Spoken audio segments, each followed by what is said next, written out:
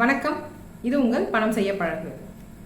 நம்ம நிறைய பேர் சொல்ல கேள்விப்பட்டிருக்கோம். அதாவது ஷேர் மார்க்கெட்டில் இருக்கீங்களா, ஷேர் மார்க்கெட்னு ஒரு சூதாட்டமாச்சு, அதில் பணத்தை போட்டால் பணத்தை இழந்துருவோமே, பணத்தை போட்டவங்களும் அதை மீண்டு வரலையே அப்படின்னு நெகட்டிவாக சொல்ல தான் கேள்விப்பட்டிருக்கோம். ஏன் அப்படி சொல்கிறாங்கன்னு யோசிச்சு பார்த்துருக்கீங்களா?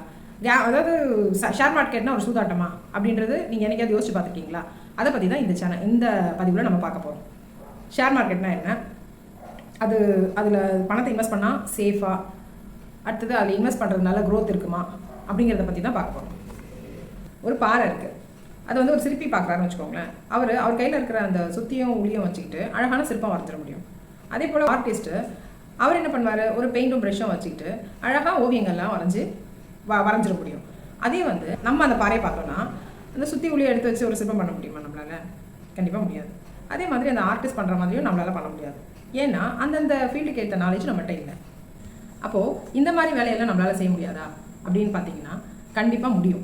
எப்படின்னா அதுக்கு ப்ராப்பரான நாலேஜை நம்ம இம்ப்ரூவ் பண்ணிக்கிட்டோம்னு வச்சுக்கோங்க, கண்டிப்பாக இந்த வேலை இல்லை எந்த வேலையாக இருந்தாலும் நம்ம ப்ராப்பராக செய்ய முடியும்.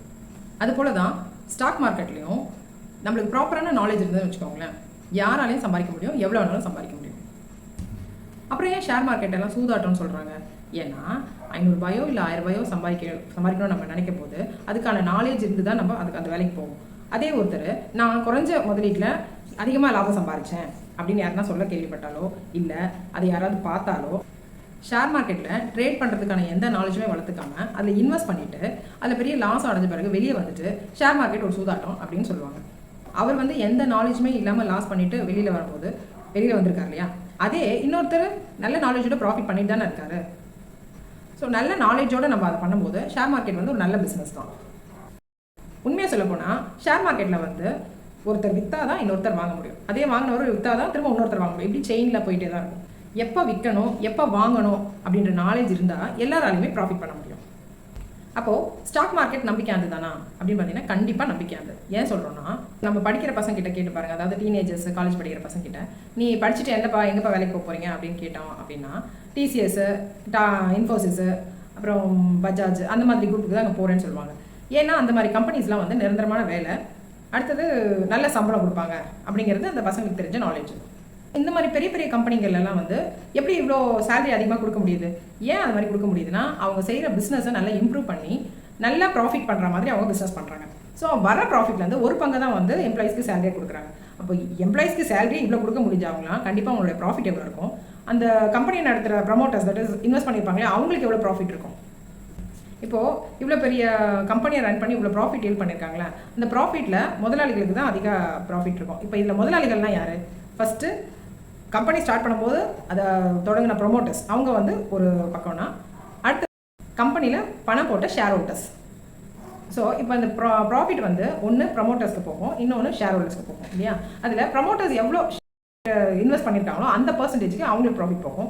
அதே மாதிரி ஷேர் ஹோல்டர்ஸ்க்கு அவங்கவுங்க இன்வெஸ்ட் பண்ண பர்சன்டேஜுக்கு ஏற்ற மாதிரி அவங்களுக்கு அந்த ப்ராஃபிட் போகும்.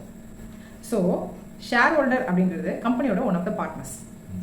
இப்போது அந்த கம்பெனியில் வேலை செய்கிறவங்கள கூட சம்டைம்ஸ் வேலையிலேருந்து எடுத்துடலாம், ஆனால் ஷேர் ஹோல்டர்ஸை ஒன்றுமே பண்ண முடியாது. அந்த கம்பெனி இருக்கிற வரைக்கும் share holders one of the partners. So அவங்க கம்பெனி இருக்கிற வரைக்கும் அவங்களும் இருப்பாங்க. இப்போ சொல்லுங்கள், கம்பெனியில் வேலை செய்கிறது லாபமா இல்லை அந்த கம்பெனியில் ஒரு ஷேர் ஹோல்டராக இருக்கிறது லாபமா? அது மட்டும் இல்லை, காலையில் தூங்கி எழுந்ததுலேருந்து நம்ம யூஸ் பண்ணுறோம் இல்லையா, பேஸ்ட்டு ப்ரஷ்ஷு, அதில் இருந்து நைட்டு தூங்க போகிற போது ஆன் பண்ணுற குட் நைட், அதாவது மஸ்கிட்டோ மேட்டாக இருக்கட்டும், ஃபேனாக இருக்கட்டும், ஏசியாக இருக்கட்டும், இது எல்லாமே ஒரு கம்பெனியோட பிராண்டு தான். இந்த கம்பெனிக்கு ப்ராஃபிட்டே அதை நம்ம யூஸ் பண்ணுறதுனால கிடைக்கக்கூடிய ப்ராஃபிட் தான். நம்ம வீட்டுக்குள்ளே யூஸ் பண்ணக்கூடிய டிவி, ஃப்ரிட்ஜு, வாஷிங் மிஷினில் இருந்து வெளியில் போகக்கூடிய பைக்குலேருந்து ஃப்ளைட் வரைக்கும் இது எல்லாமே ஒரு கம்பெனி மேக் பண்ணிட்டு இருப்பாங்க, அதாவது உற்பத்தி பண்ணிட்டு தான் இருப்பாங்க. இந்த கம்பெனியோட ஷேர்ஸை ஷேர் மார்க்கெட்டில் விற்றுக்கிட்டும் வாங்கிட்டு தான் இருப்பாங்க. உதாரணத்துக்கு என்எஸ்சி இருக்கு, அதாவது நேஷனல் ஸ்டாக் எக்ஸ்சேஞ்ச், அதில் ஒரு 1700 கம்பெனி ரெஜிஸ்டர் இருக்குது. அதே மாதிரி பாம்பே ஸ்டாக் எக்ஸ்சேஞ்ச் பிஎஸ்சின்னு சொல்கிறோம், அதில் ஒரு 5400 கம்பெனி ரெஜிஸ்டர் இருக்குது. இந்த மொத்த கம்பெனிகளுமே எல்லாமே ஏதோ ஒரு சேவையோ இல்லை ஒரு ப்ராடக்ட்டையோ நம்ம யூஸ் பண்ணிட்டு தான் இருக்கோம். அந்த யூஸ் பண்ணிட்டு இருக்கும்போது அதுக்கான யூசேஜ் நம்ம யூஸ் பண்ணிட்டு ப்ராஃபிட் அந்த கம்பெனி கொடுத்துட்டு தான் இருக்கும். நிறைய பேர் ஷேர் மார்க்கெட்டுக்குள்ளே எப்படி உள்ளே வராங்கன்னா, அடுத்தவங்க எப்படி லாபம் பண்ணுறாங்கன்றதை பார்த்துட்டு அதே மாதிரி நம்மளும் பண்ணால் நம்மளும் லாபம் அடைஞ்சிடலாம் அப்படின்னு உள்ளே வராங்க. எந்த நாலேஜ் இல்லாமல் ஸ்டாக் மார்க்கெட்டுக்குள்ளே லாஸ் அடைஞ்சிட்டு எனக்கு அதாவது ஸ்டாக் மார்க்கெட் ஒரு சூதாட்டம் தான் அப்படின்னு சொல்லிட்டு எல்லாருக்கிட்டையும் சொல்கிறது. ஆக்சுவலாக எல்லா நாலேஜோடு உள்ளே வந்தீங்கன்னா ஷேர் மார்க்கெட்டும் லாபம் தரக்கூடிய நல்ல பிஸ்னஸ் தான். இதுபோல் சேவிங்ஸ் அண்ட் இன்வெஸ்ட்மெண்ட் பற்றி தான் நம்ம சேனலில் தொடர்ந்து பேசிகிட்டு இருக்கோம். இந்த பற்றி உங்களுக்கு பிடிச்சிருந்ததுன்னா லைக் பண்ணுங்கள், கமெண்ட் பண்ணுங்கள், உங்கள் ஃப்ரெண்ட்ஸுங்களுக்கு ஷேர் பண்ணுங்கள், சப்ஸ்கிரைப் பண்ணிவிட்டு தொடர்ந்து வாங்க, பணம் செய்ய பழகலாம். தேங்க்யூ ஃபார் வாட்சிங். மீண்டும் அடுத்த பதிவில் சந்திப்போம்.